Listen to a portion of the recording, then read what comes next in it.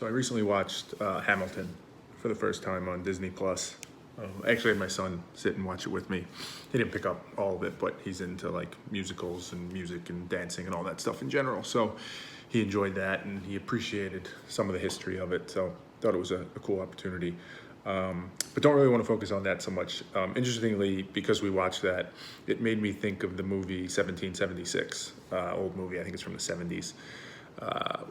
Which was also a musical about kind of the birth of America and the founding fathers. Obviously not focused specifically on Hamilton, more so on John Adams and Benjamin Franklin and Thomas Jefferson, but just kind of for a fun activity. My son and I watched that too.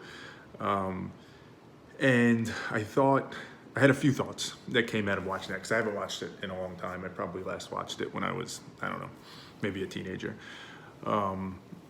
And you know, it's funny. It made me think of a few things, which I'll get into. This probably relates a bit to a video I did recently about my 7th grade U.S. history book, because it was in a similar vein, at least part of my thoughts on it, in that when I watched that, I was in a very different headspace, very different perspective, very different way of thinking. So it's just interesting to contrast the two on the similar topic of American history. But I figured I'd kind of run through it in the 3-nutrient digestive process that I talk about as a framing to kind of go through my thoughts on it. So the first nutrient is what you learn about the actual topic. And to be fair, the movie 1776 probably isn't the most historically accurate movie to get insight or learn things about the Declaration of Independence or the Continental Congress or the founding, of the nation.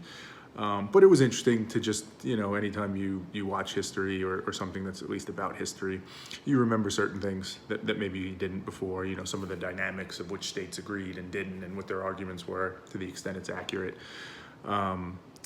So it was interesting to watch from that regard and just kind of see how it was portrayed. But I guess that gets me quickly to the second nutrient.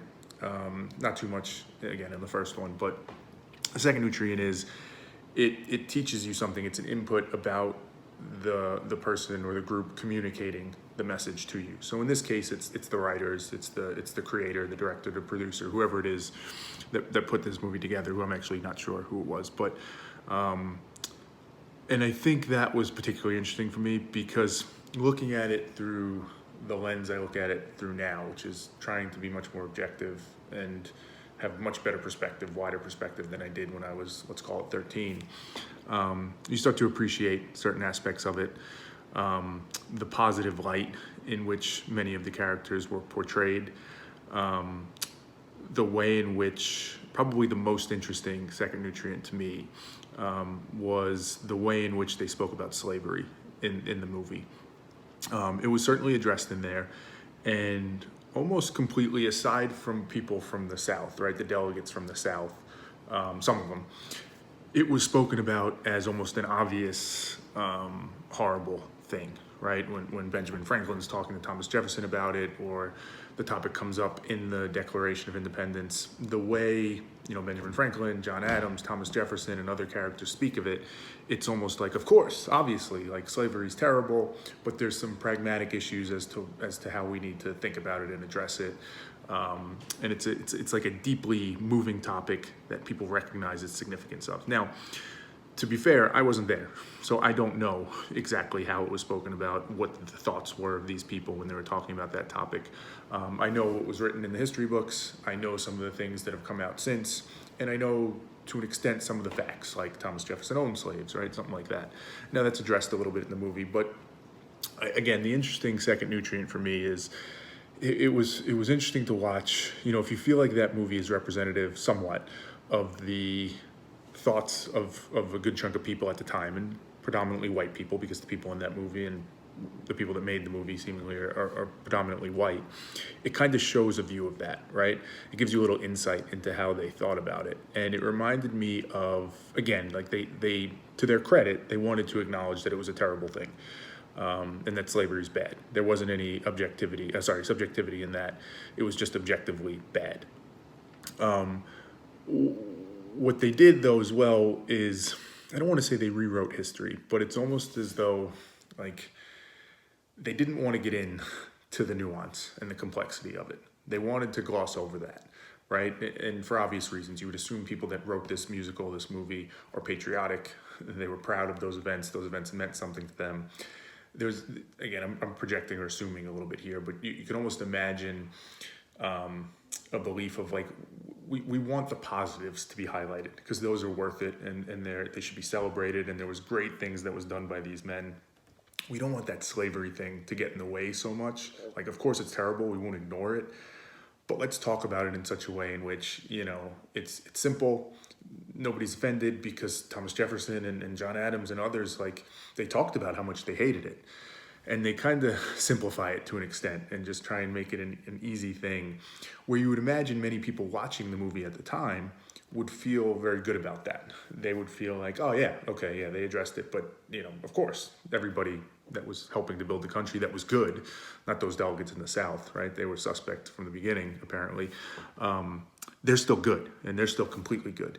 And it makes you think a little bit about where we are today, where there's, it's gone to a different point, but there's so much divisiveness and there's so much, vitriol towards some of these statues and some of these people, like a Thomas Jefferson, as we talked about before.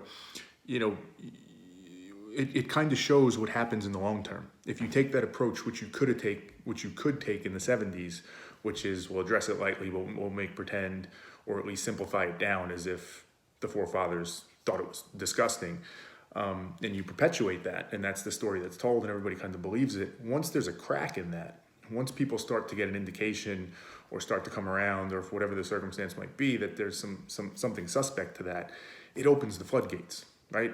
Maybe tougher to do in the moment, but for the long term, probably better to just be honest and truthful and address the complexity of it. And you might say, well, this is kind of a fun musical, not the time to do it. Well, maybe, but you went out of your way to address slavery in there. So you understood somewhat the gravity of it and the significance of it. So probably more beneficial to try and give it the feeling it deserves. But again, I can relate to it from a second nutrient perspective of trying to understand the person putting it into the movie. It reminds me, of times I've been on the phone with my mom or whoever it is, and I'm thinking about, whatever it is, right? Changing jobs, or I'm going to take a trip somewhere that maybe seems kind of risky or a bad idea on short notice. And she'll start asking questions and probing about all the things that might be wrong with my thinking. And you kind of just want to shut that down. And you're like, I don't want to get into that conversation. And you shut it down, you close it. It felt a little bit like that's what the movie was doing. Like, let's just shut this down as simply, as easily as possible, check the box, and we'll move on. I don't want to get into the nuance of it because I may be missing something. It may get uncomfortable not having it. So that was interesting. And certainly there's some third nutrient aspects to that too. My reaction to it, the fact that I picked that up, the fact that my mind is going there, I think it speaks to the current times and how top of mind this topic is, and how my thinking has evolved on it.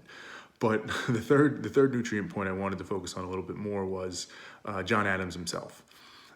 If you've seen, John Adams, the series on HBO or the book, or watched that musical, or really just read history, people have a sense of John Adams. He was a pretty opinionated, argumentative, strong personality type figure, who by all accounts seemingly felt very passionate about, freedom and independence and the things he was fighting for and trying to develop this better government. And truth be told, for most of my life, to the extent, this wasn't a formal thing, but he's always been one of my favorite presidents. There was something about his willingness to kind of not worry about if he looked stupid or if people liked him, but just kind of focus on doing the right thing. I always envied that. I've spoken before that I'm a people pleaser, and I have been for most of my life. He's kind of the opposite. So there's probably something aspirational in that, or something that I envied in his personality, at least the way it was portrayed. So that was interesting to see. And, there's a whole musical number, I think, called Sit Down, John, because he just keeps getting up and yelling and talking.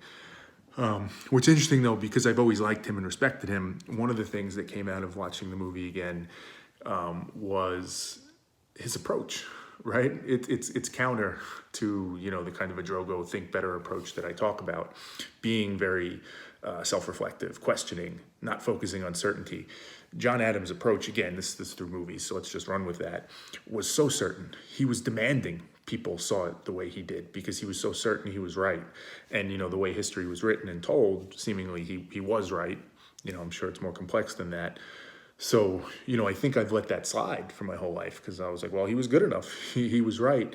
But as I watch it, it makes me think like, hey, where are the areas for improvement in him?